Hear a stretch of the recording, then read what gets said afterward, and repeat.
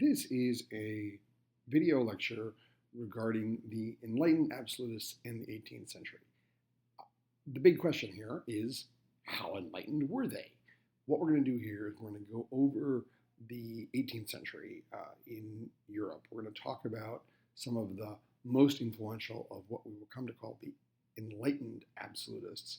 We'll be looking at two things. One is the big political picture, the conflicts, the wars, the developments that are going on internationally between these different sovereigns.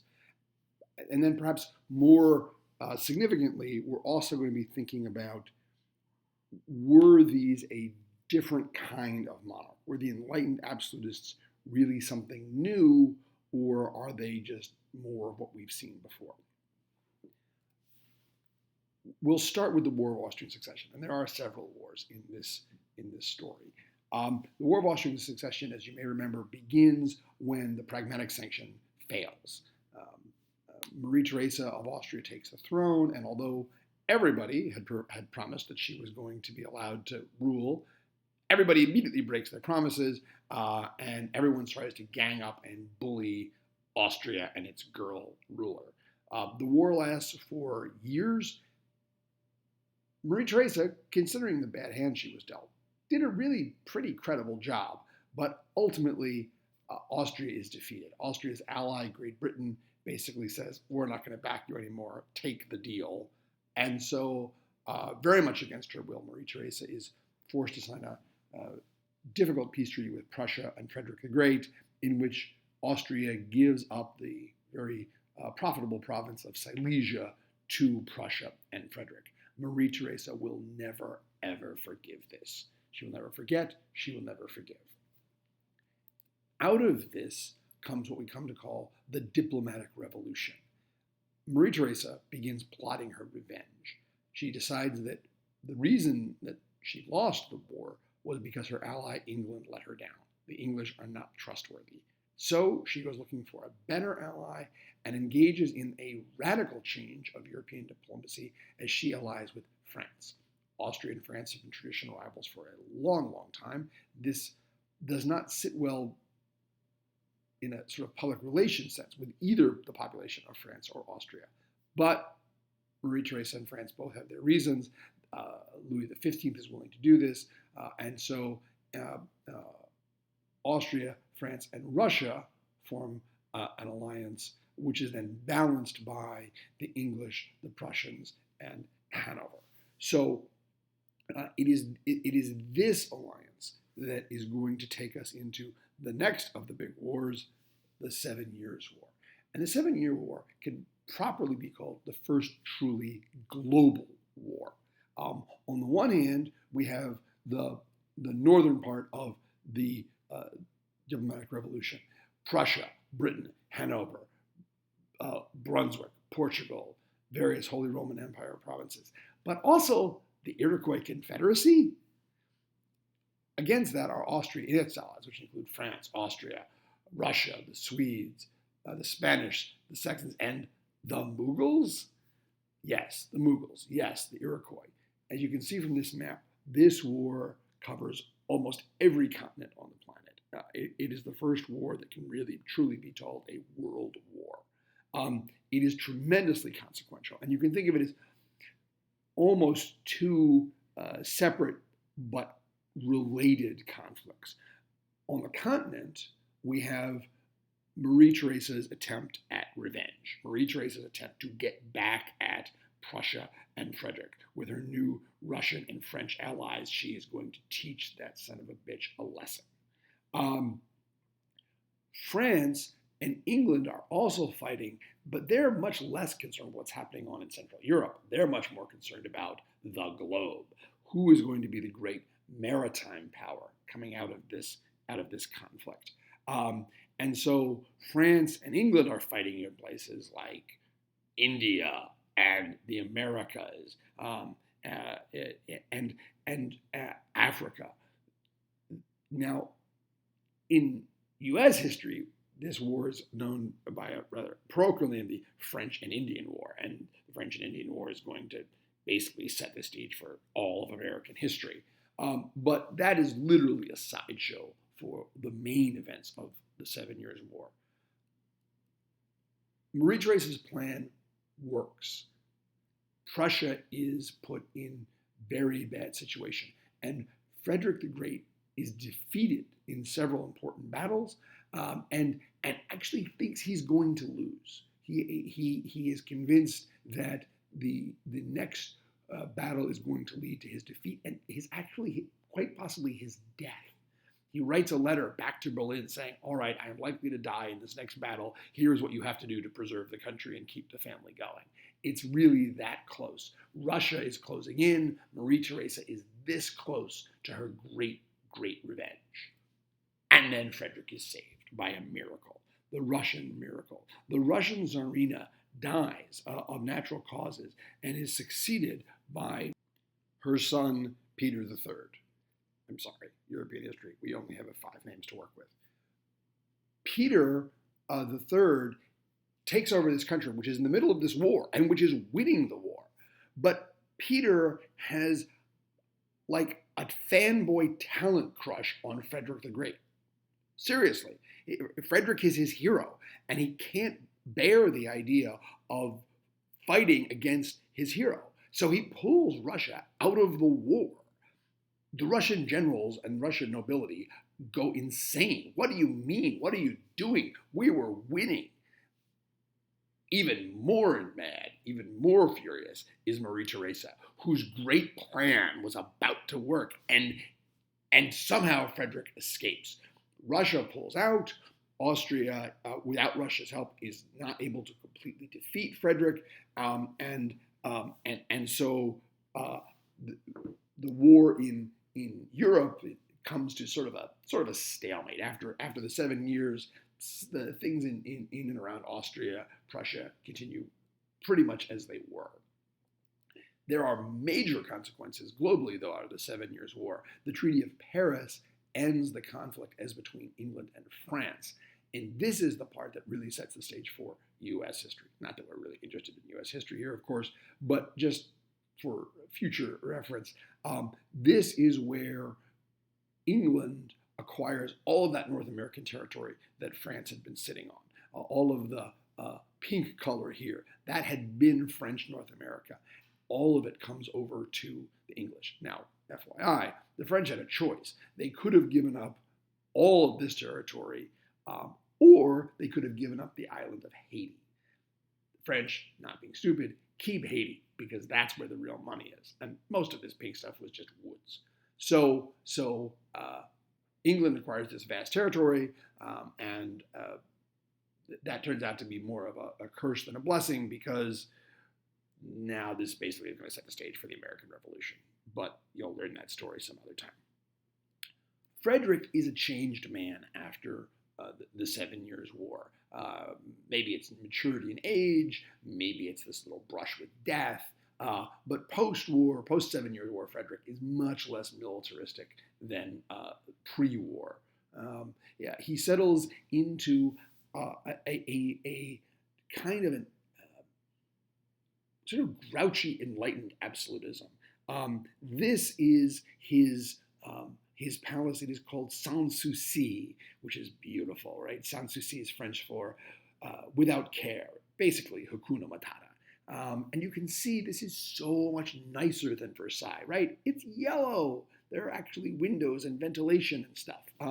This is basically Frederick's party hangout. This is where he likes to go and actually spend time, and it's lovely. And while he's there, he does enlightened things. He composes and plays flute concertos. He hangs out with his guy friends, and has a very cultured, educated life. He corresponds with his buddy Voltaire, and he's in many ways a very enlightened, cultured guy, kind of like you might have expected from his teenage years. His rule of Prussia is also very enlightened. He rules in a firm and autocratic way, but he does allow his people some freedoms. And there is this famous quote of his, right? I have come to an agreement with my people. They will say what they want, and I will do what I wish. So there is kind of a freedom of speech, but not anything like an actual representative government. Frederick had this idea, that government and the monarch was sort of the servant of the people, but also that it knew what was best for the people. And so Prussia under Frederick becomes very rational, well organized, and many of the Enlightenment principles are put into place. But ultimately, Frederick is very much still an absolutist. Now we should talk about the other absolute monarchs and turn our attention to Russia, which comes out of the 7 Years' War, perhaps confused. Peter III's withdrawal, as I said, was very unpopular with the Russian military and the Russian aristocracy. And so Peter III is has some serious problems. One of them, maybe, will be his wife. He is married to a German princess whose name was Katharina, but who styled herself, became Russian, and styled herself Catherine. Catherine, of course, is going to go on to be Catherine the Great, one of the great rulers in Russian history. She comes to power in a slightly seedy way. Peter III, as I said, because of his unpopularity,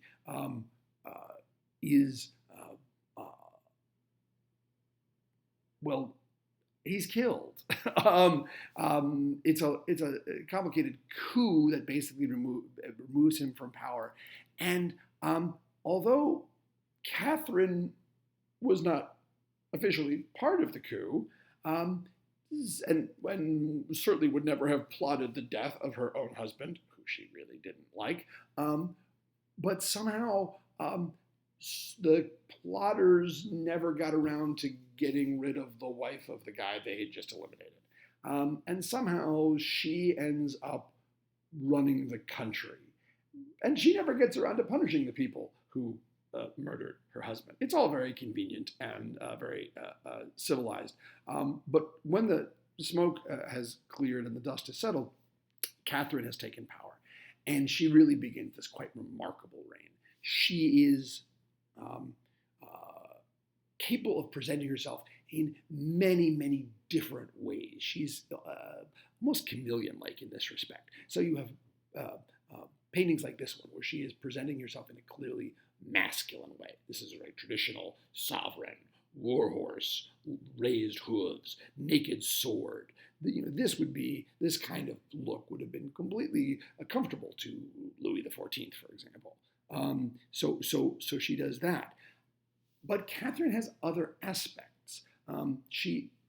While she can be masculine and quite ruthless, there is also this Catherine the Enlightened.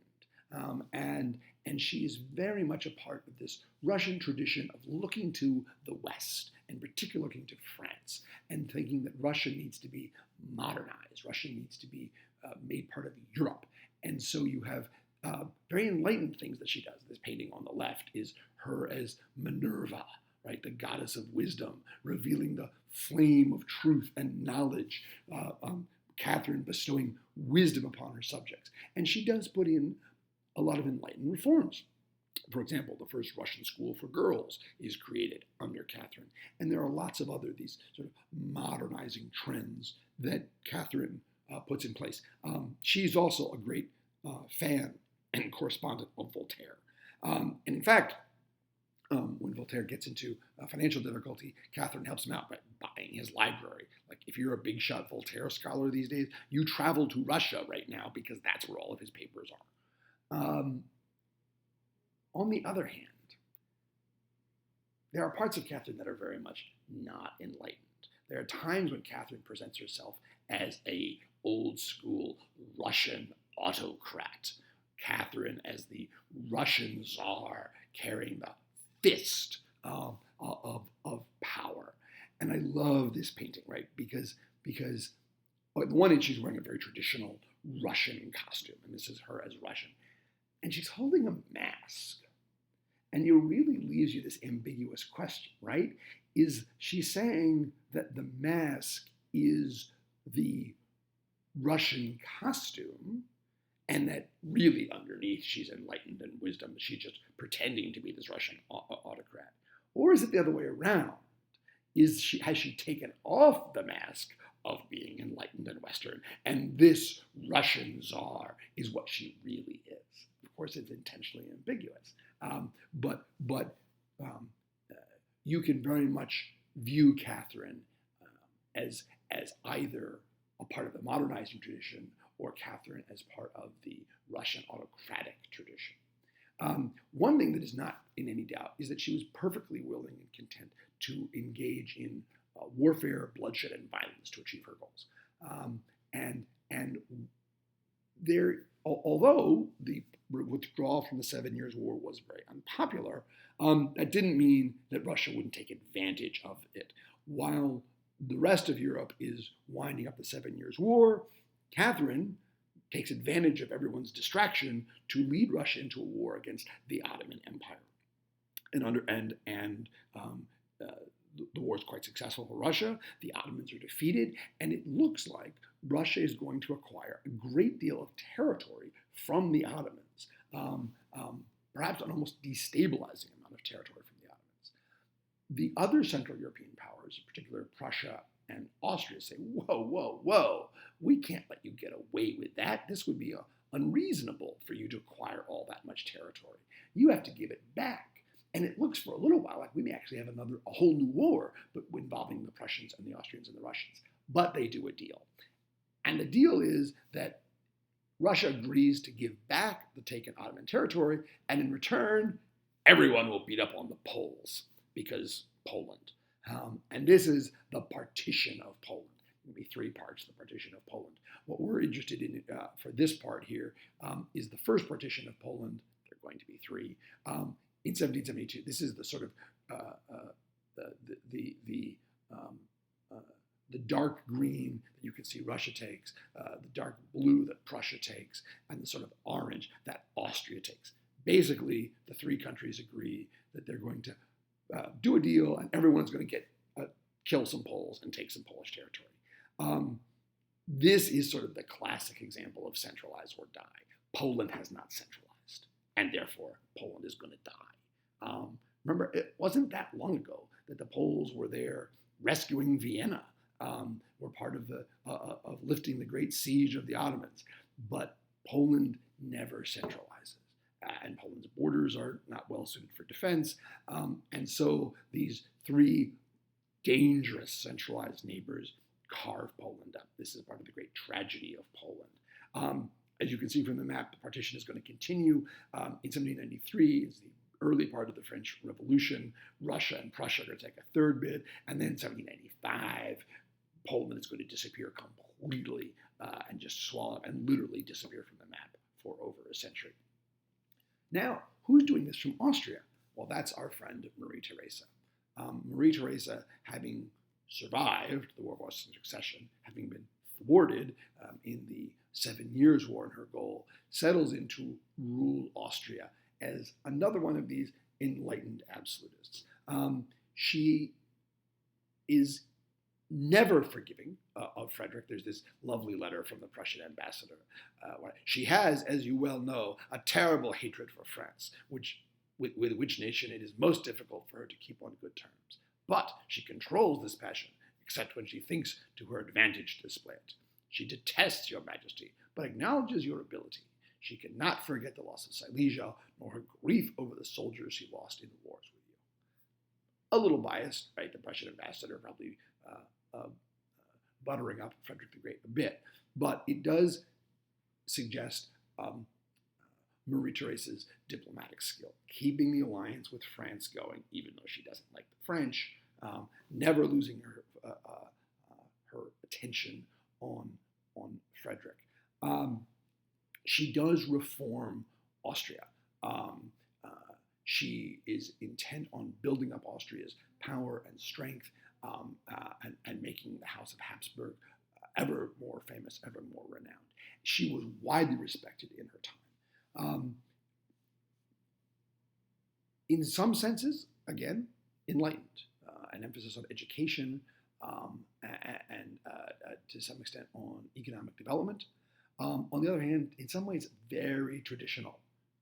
She is, as like all Habsburgs, a devout Catholic and really means it. She's absolutely a divine right absolutist. She doesn't cotton to a lot of these newfangled Enlightenment ideas about tolerance or that. In this respect, Frederick is probably more typically a product of the Enlightenment than Marie Theresa. Marie Theresa would not have any had any sympathy for Voltaire, for example, who she considered vulgar.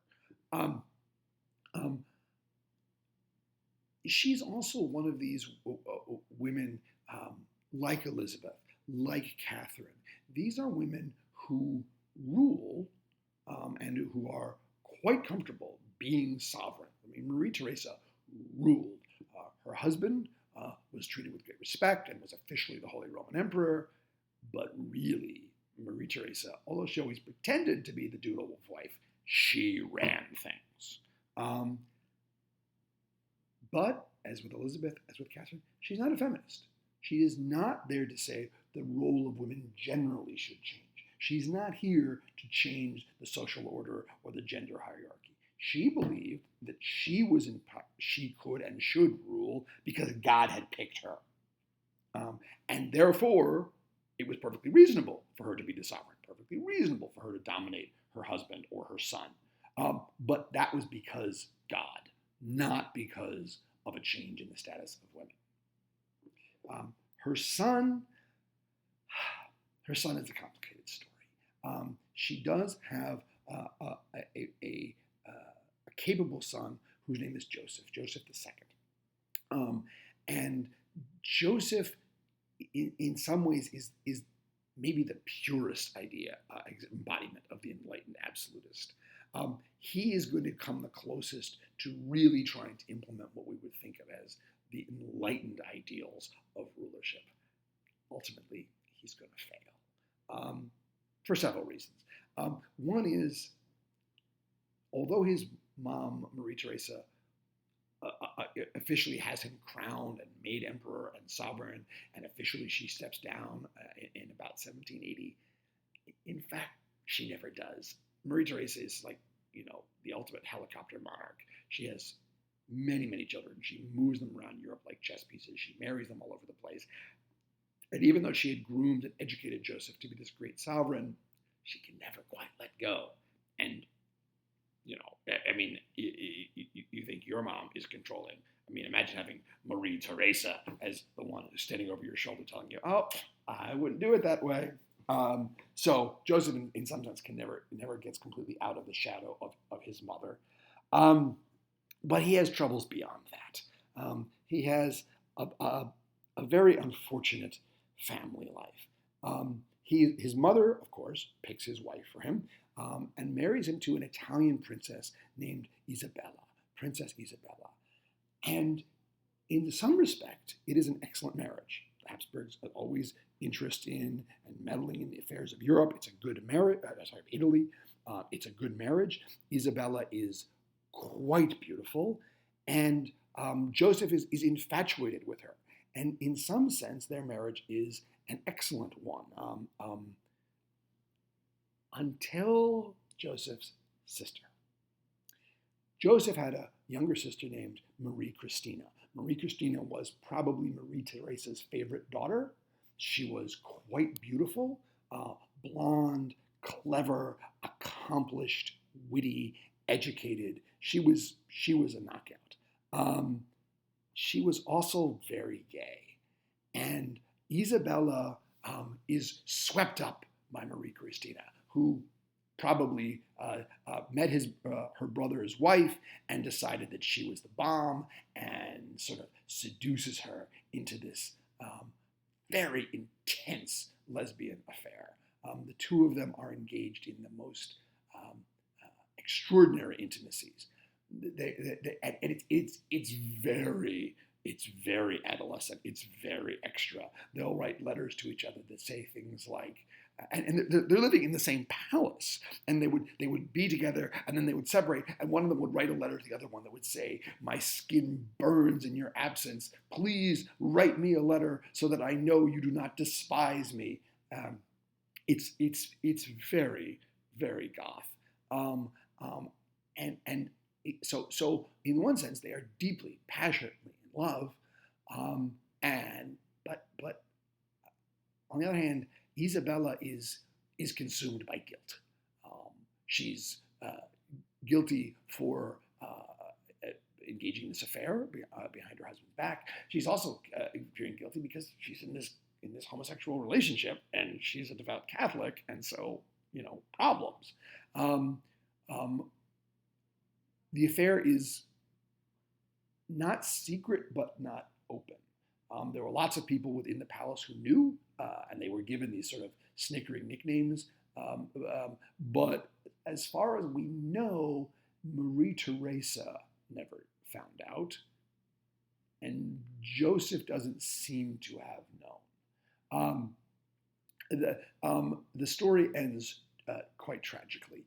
Isabella becomes pregnant by Joseph, and she gives birth, but complications ensue after she gives birth. She develops a very high fever and is very, very sick for several days. Joseph is distraught. He loves his wife, and he sits by her bedside and he nurses her. He tries to heal her, but Isabella says that she is consumed. She is burning as just punishment from God for her sins, and then she dies with Joseph there, and it's quite tragic. Joseph essentially never loves anyone again and becomes sort of a grouch. His mother tries to get him to remarry, and he does, but he is never into it.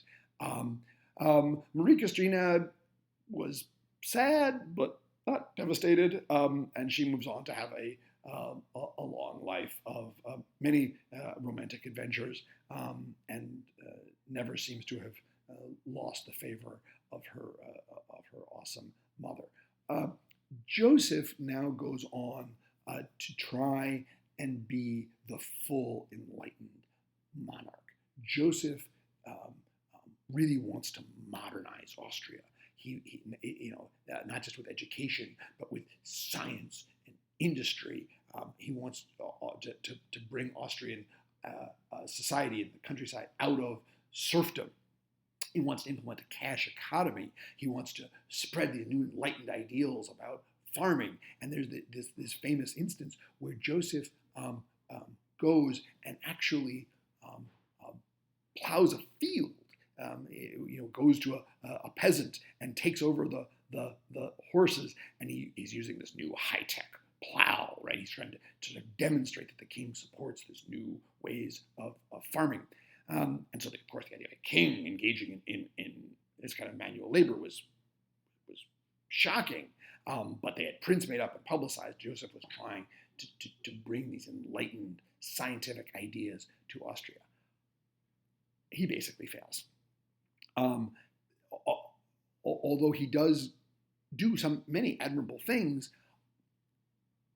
Joseph wants to push Austria and the Austrian people farther than they are willing to go. The peasants, weirdly, resist a lot of the things that he was trying to do for them. The peasants are very uncomfortable with the cash economy. The peasants are uncomfortable with changing the traditional structures of agricultural rural society. The aristocrats resist. And so, although he does do some things quite effectively, he does reduce much of the legal discrimination against Jews, for example. Ultimately, Joseph is unsuccessful.